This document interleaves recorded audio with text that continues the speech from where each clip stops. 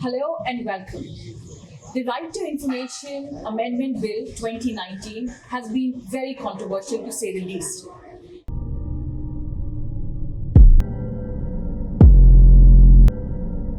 Like many other sensitive individuals or right-thinking persons in this country, I'm extremely disturbed by the present amendments which are introduced now in their past.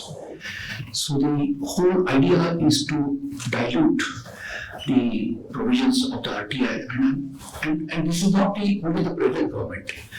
Even the previous government had made attempts to dilute this law. So I find that broadly the political class and the bureaucracy is against this citizens knowing the working of the government. So hopefully, this is one matter where I feel that the court should take notice and intervene. Because the Supreme Court has developed this as a court, as a fundamental rights, as a part of Article 91.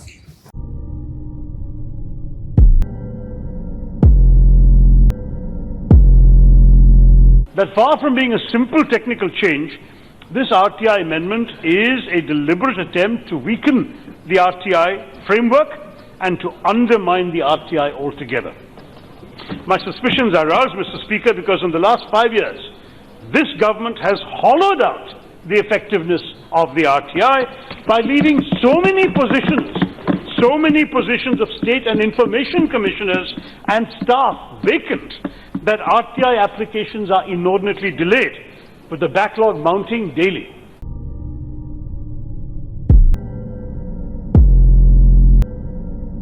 The government could easily block requests if details show the government in poor light. Can this be done? Can this not be done?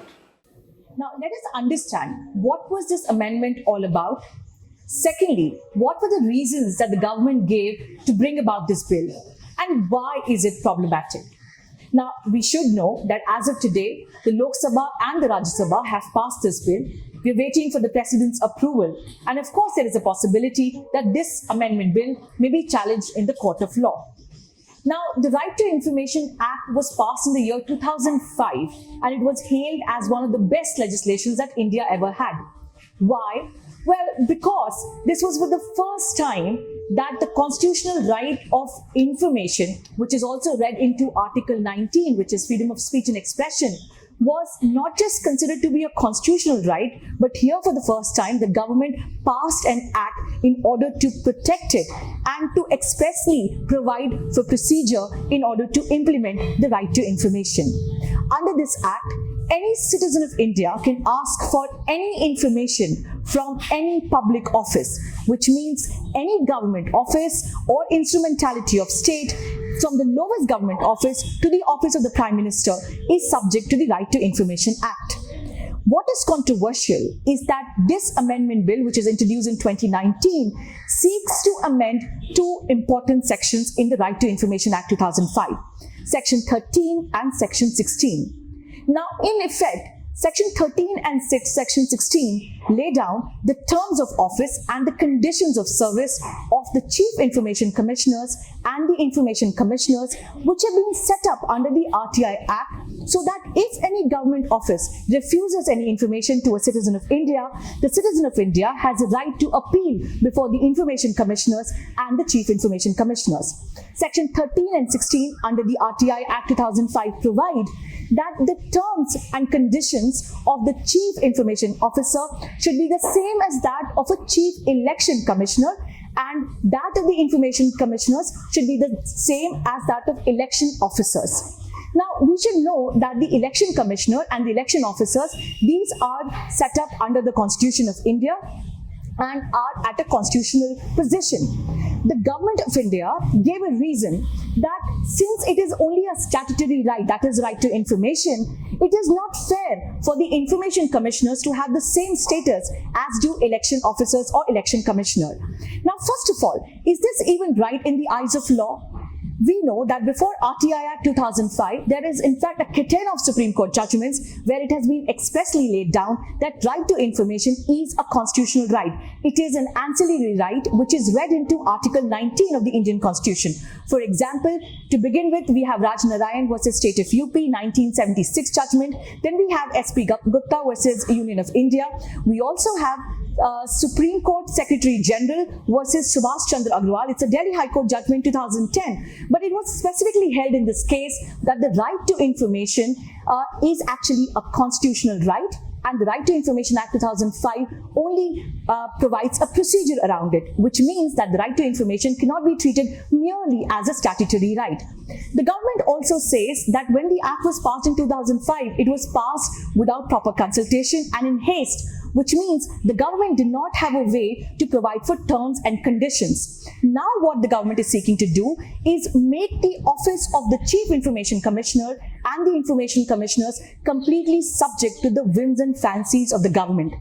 The tenure of the Chief Information Commissioner and the Information Commissioners, which as per the RTI Act 2005 is either 65 years or 5 years, whichever is sooner, is no longer going to be the same. It is going to be determined by the Government of India as per the rules that they lay down in this regard.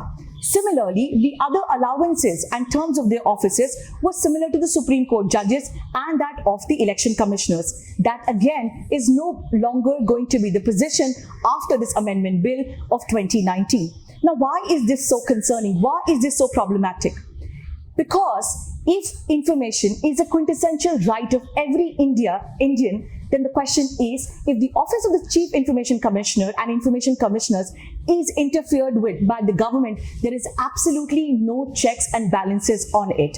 So if the government doesn't want the citizens to know any particular thing, or if they don't want to provide any particular information, the least that they can do is remove a Chief Information Commissioner who makes an order requesting for that information from a government office. Now, as you can see, this really hits the very foundation of the Right to Information Act and is thereby very concerning. Now, just a little bit of history on the RTI Act 2005. When it was last considered by the Parliament before passing the 2005 Act, there were 6 consultative meetings.